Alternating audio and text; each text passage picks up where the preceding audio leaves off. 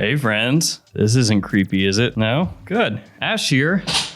That was loud. Welcome to Gents. Hope you're doing well. Today, we're going to be talking about 10 of the fragrances that have the sexiest scent trails. They got that sillage to make people swoon. The type of fragrances that when you walk by somebody, they're going to catch a whiff of that dastardly scent, and they're going to do a quick double take, triple take. Going to look like somebody from The Exorcist, their head just spinning all the way around, or like a barn owl or something. You know how their heads.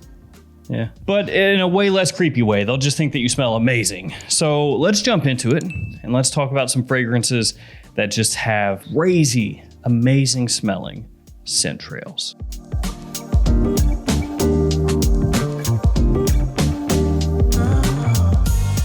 So these are the ones that in the air are just knockout killer. I mean, a lot of these smell fantastic up close as well, but when you catch a whiff in the air, man, next level. Before we jump into these, let me bless you with those codes. Gents10 is the code for twistedlily.com. And what's that? maxaroma.com. You're right. And that'll get you 10% off both websites. And then luckyscent.com, the code is 10GENTS, which will get you 10% off that one. Well, let's start with this one. And I'll link these below in the description as well in case you want to check them out. The first one is from the almighty, the powerful Stronger With You line. And it is Emporio Armani's Stronger With You Oud. That's right, Stronger With You Oud. Now, you could also go with Stronger With You Intensely, Stronger With You Absolutely, Stronger With You, Stronger With You Leather. I mean, essentially any of those. They all smell great in the air. Stronger With You Oud is one of the very best from the line, but is also probably the hardest one to find as well. So that sucks. And that's because this is an exclusive edition to the Middle East. So if you live in the United States and you're trying to find this at your local Macy's or something, it's not going to be there. So basically your only option is try to pick it up from a discounter or something like that when it's in stock, or pay jacked up prices on eBay, which I would suggest against, but you do you. Official notes, Oud Vanilla Lavender. So yeah, one of those note breakdowns, 3 notes, thanks for that. But it does have that Stronger With You sort of glazed chestnut feel to it. So you're gonna be able to tell right away that this is a Stronger With You fragrance. One of the best designer ouds on the market right now, very wearable, very approachable, a great entryway into oud fragrances, a gateway oud, you could say. And the performance there, awesome as well. It smells absolutely fantastic in the air. That stuff is just, oof. Stronger With You Absolutely is right there with it as well. I mean, I love that one also.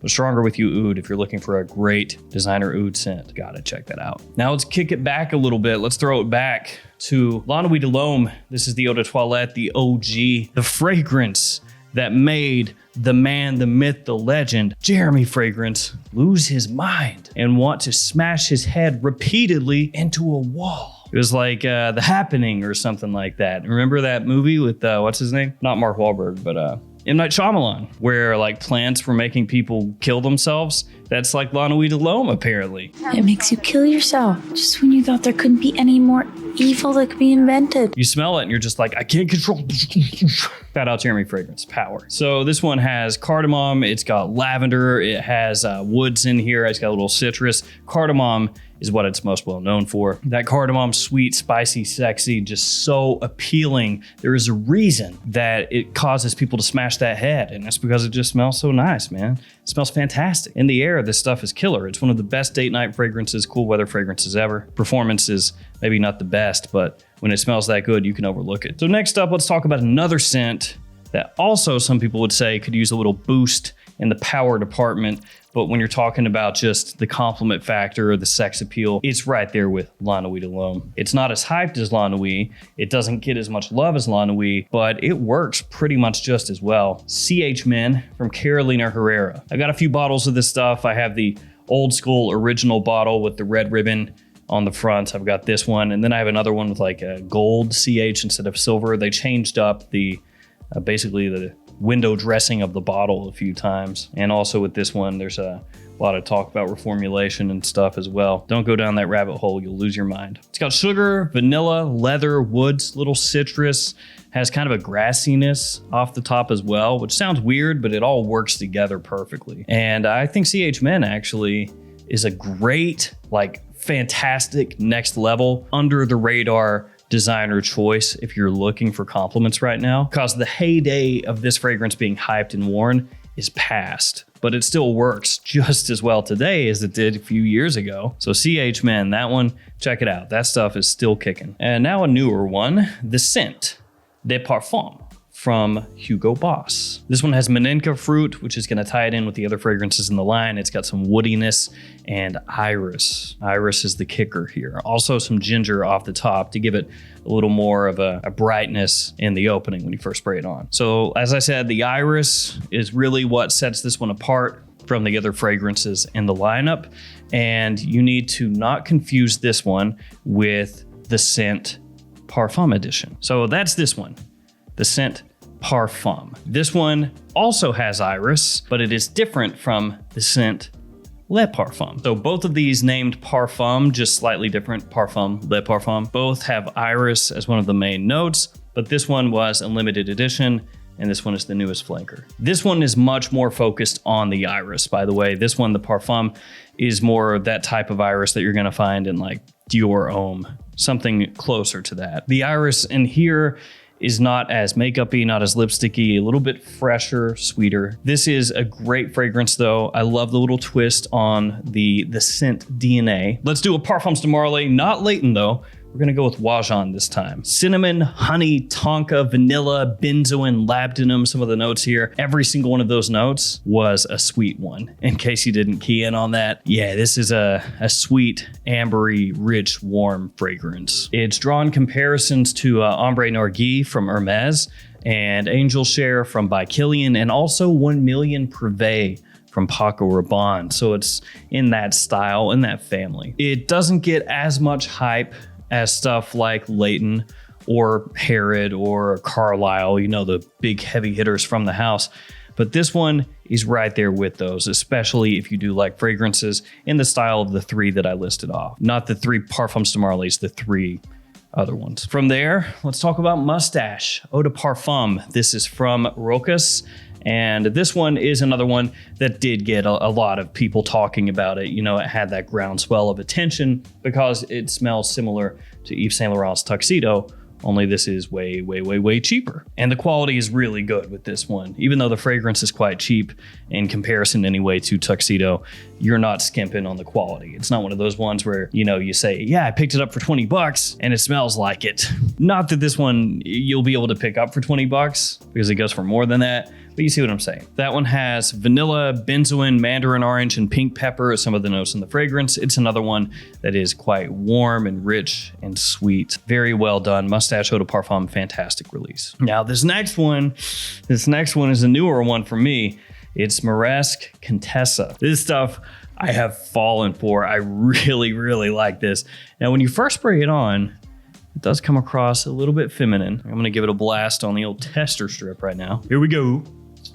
Yeah, it's got that almost like high-pitched sweetness to it, like sugary sweet. It's got pink pepper, florals, tonka, and ambroxan, and cinnamon is not a listed note, but it sure as heck smells like it's got cinnamon in there. And also this coloration here definitely reminds me of cinnamon. So as I said, you first spray this on, it's gonna come across a little bit feminine, but once you get out of the opening and it starts to dry down and the spices come out more, it is just to die for. It smells awesome. And instead of leaning feminine, it starts to creep more into unisex territory where it's very easy to pull off as a guy. And in the air, when I catch whiffs of that, it is just addictive. Now this next one is solely for those compliments, and it's from Valentino.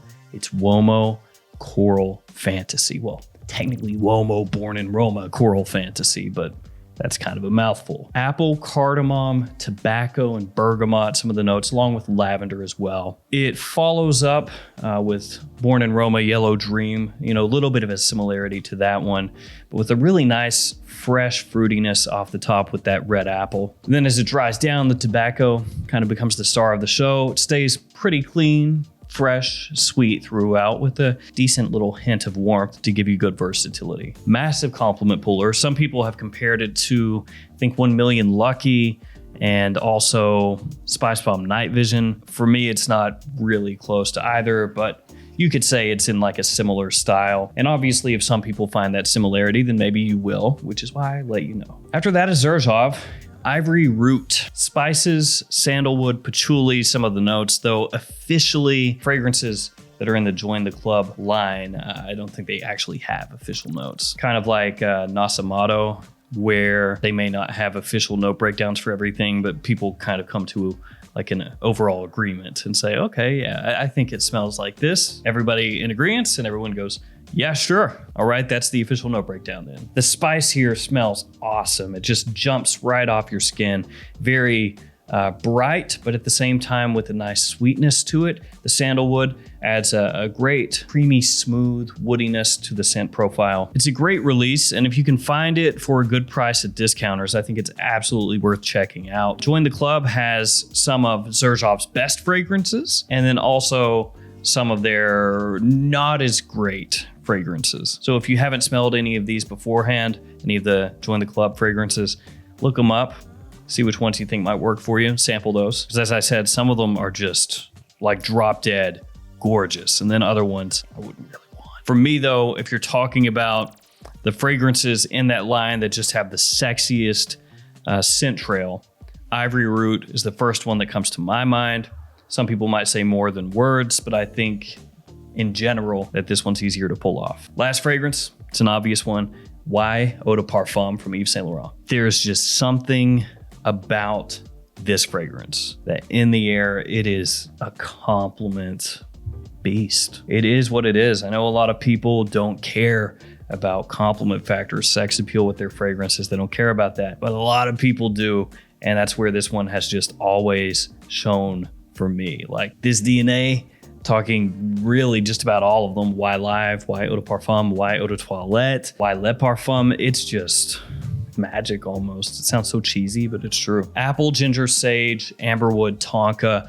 So you have basically sweetness right from the get-go. From the opening into the dry down, you have a little bit of an aromatic feel from the sage in here. The apple mixing together with ginger and citrus off the top gives you a slightly different feel than most other blue fragrances that eschew that apple for grapefruit and bergamot being the main focus. So you get that difference with this one, and that sweetness, that amberwood that stays there the whole time, just kind of takes over the edge. People love it, and the performance is really good too. So there we go, 10 fragrances that leave just absolutely astoundingly sexy scent trails. Obviously, these aren't the only 10. There are a lot of fragrances here that you see behind me and all over this area that do just as well as these, but these were the ones that popped into my mind first. So that's why they're here. Thank you guys for hanging with me here. Stay safe out there, please. And I'll see you tomorrow with another fragrance video. See you later.